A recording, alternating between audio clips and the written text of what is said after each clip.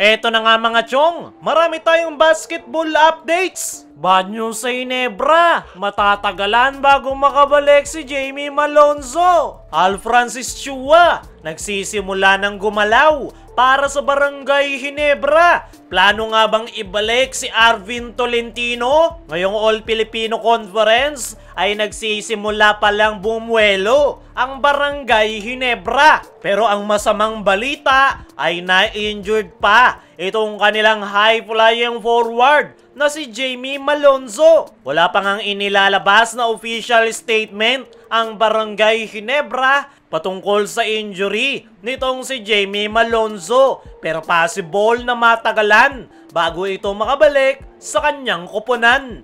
Kaya naman nagsisimula ng kumilos itong si Boss Al Francis Chua dahil ayon nga sa post nitong si Snow Badwa. Instead of Arvin Tolentino, Magnolia is now reportedly setting its sight on Stephen Holt. Kuliglig told me that the plan was changed just last night. Let's see where Arvin Tolentino goes, especially that Jamie Malonzo at Jeremiah Gray are both injured. Ayon nga dyan mga chong, ay target daw sana ng Magnolia Hotshot si Arvin Tolentino. Pero nagbago ang plano. Si Stephen Holt na yung mapupunta sa Magnolia Hotshots. At possible raw na ibalik si Arvin Tolentino sa Ginebra. Ngayong injured si Jamie Malonzo at Jeremiah Gray. Yan nga yung plano ngayon ni Boss Al Francis Chua. Sa Magnolia Hotshots mapupunta itong si Stephen Holt at balik Barangay Ginebra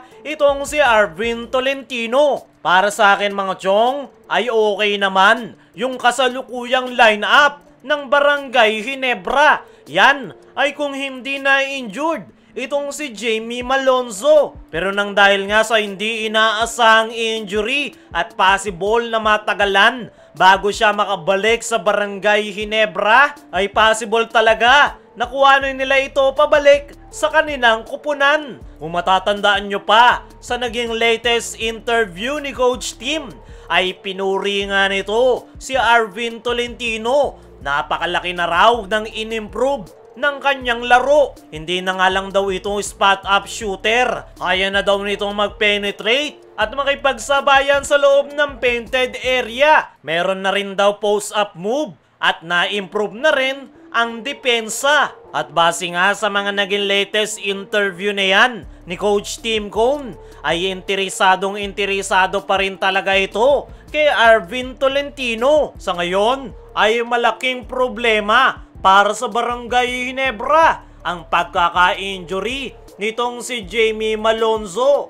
Alam naman nating lahat na napakalaki ng role ng kanyang ginagampanan ngayong All-Filipino Conference. Ito ngang si Malonzo, yung pumupuno sa pwestong iniwanan ni Justin Brownlee. At ngayon na tinamaan siya ng serious injury, ay malaking butas ang kanyang iiwanan sa kanyang koponan. At yan nga yung sinusubukang solusyonan ng Barangay Ginebra. Kaya plano nilang ibalik itong si Arvin Tolentino. Pero ang tanong, sino yung ibibigay ng Ginebra para makuha nilang muli si Arvin Tolentino sa Northport Batampier? Eto real talk mga chong, kung usapang Northport at Barangay Ginebra ay walang problema. Pero magkakaroon pa nga ng approval sa Commissioner's Office. Kaya naman kinakailangan talaga ng Ginebra na magpakawalan ng quality player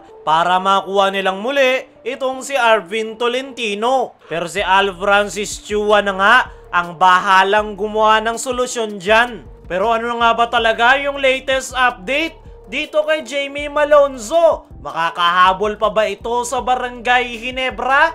Konting recap lang, tinamaan nga ng injury itong si Jamie Malonzo noong huli nilang laro kontra Northport Batampier. Dying seconds na lang, pero tinamaan pa ng injury si Malonzo. At yan nga yung malaking problemang kinakaharap ngayon ng Barangay Ginebra. Kaya ang tanong ng maraming Barangay Ginebra fans, makakahabol pa ba si Malonzo ngayong All-Filipino Conference?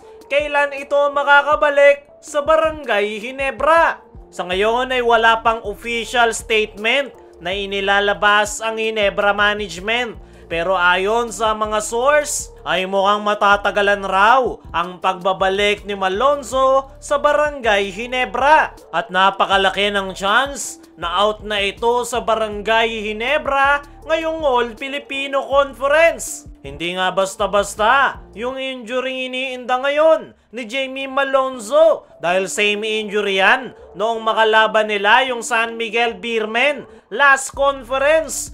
Pero this time, napuruhan si Jamie Malonzo at ang pinakamaaga raw na pagbabalik ni Malonzo sa Ginebra ay aabutin ng 3 months at ang pinakamalala ay abutin pa ng taon bago siya makabalik sa paglalaro. Kaya naman, problemado talaga ang Barangay Ginebra dahil sa pagkaka-injury nitong si Jamie Malonzo. At isa nga sa nakikita nilang solusyon ay kuhanin pabalik si Arvin Tolentino. Para sa akin mga chong, ay malabong makabalik si Malonzo sa Barangay Ginebra ngayong All Filipino Conference. Lalo na't hindi basta-basta ang kanyang natamo. No contact injury pa. At nakakalungkot na balita yan para kay Jamie Malonzo dahil hindi nga basta-basta yung kanyang mga pinagdaanan nitong mga nakaraan.